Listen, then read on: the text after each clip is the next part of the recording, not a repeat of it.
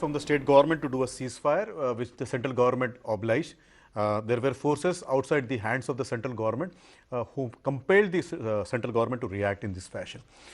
And if you have known, the policy of BJP is very clear. It's nation first, then the party, and then the individual. So here the call of, when the state government requested to extend the ceasefire, I think that was the bone of contention, where the central government thought that, BJP thought that he should part ways from PDP.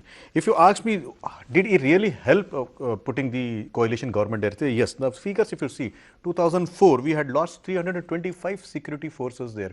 And in 2017, there were only 83. Deaths are condemnable. We cannot compare deaths. But if you see, the numbers have come down tremendously. Whereas if you see the number of terrorists been knocked down in 2017 has gone up to 218.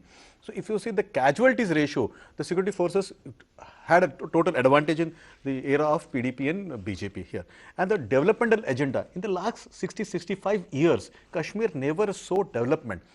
But in the era of Modi ji, it has seen development. You see the two tunnels which were made there, which are the last mile connectivity, which are the all-weather roads, and that is going to bring the development for the next decades, which are going to see. Let me mention two tunnels. Zozira tunnel, which is 6,800 crore rupees. Another tunnel, which is the Chennai-Noshari tunnel, which is almost around 9-kilometer tunnel. And these tunnels are the path-breaking infrastructure project which happened in Kashmir. So I can go on listing these kind of projects which have been done in the last 2.5 years.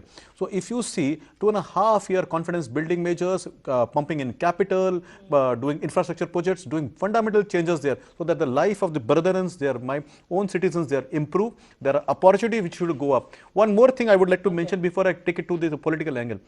The reduction of interest for the females there for borrowing a loan for businesses has come down. The stamp duty was waived off for female folks when they buy land for businesses. Now, these all were projects which were there intended to increase self-entrepreneurship there, to increase capital investment there. Now, these are all positive things, I think, probably. Somebody somewhere did not want this to go on, and they were an unholy act of killing security forces, unarmed security forces who were returning home in the holy period of Ramzan. Probably no devil would do this kind of act, and that was done there, and that is the call. So where you have difference of opinion, you try to cover it up with developmental agenda, and I would like to congratulate Modi ji for that. Kashmir is not only about the valley which is there in Srinagar, but it is also about Leh, Ladakh, the Jammu, the other regions. Unfortunately, the previous governments reduced the entire JNK as to the issue of only valley there. If you see the CAG report of 2015, it talks about over expenses, exceeded expenses, expenses for not declared reasons. That was the main reason of unrest in the entire Jammu and Kashmir. No development was done there. Youths did not have any job to be done there. They were not able to transport from one place to another places because there was no road connectivity at all. This all-weather roads will connect them. If you see, there was no ring road in Jammu, neither in Srinagar. So this 3,383 crore rupees which was spent on the highways, the two ring roads which have been built in the Jammu region, also in the Srinagar region, which will help connectivity. Now, will not this increase the employability there? It will also increase chances of being aligned with us there. I will also like to give one example.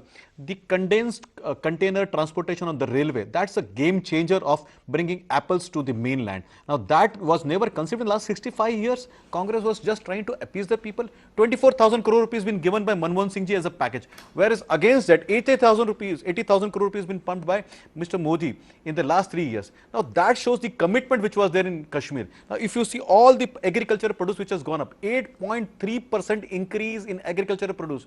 My dear Aadil ji, you were growing insurgency.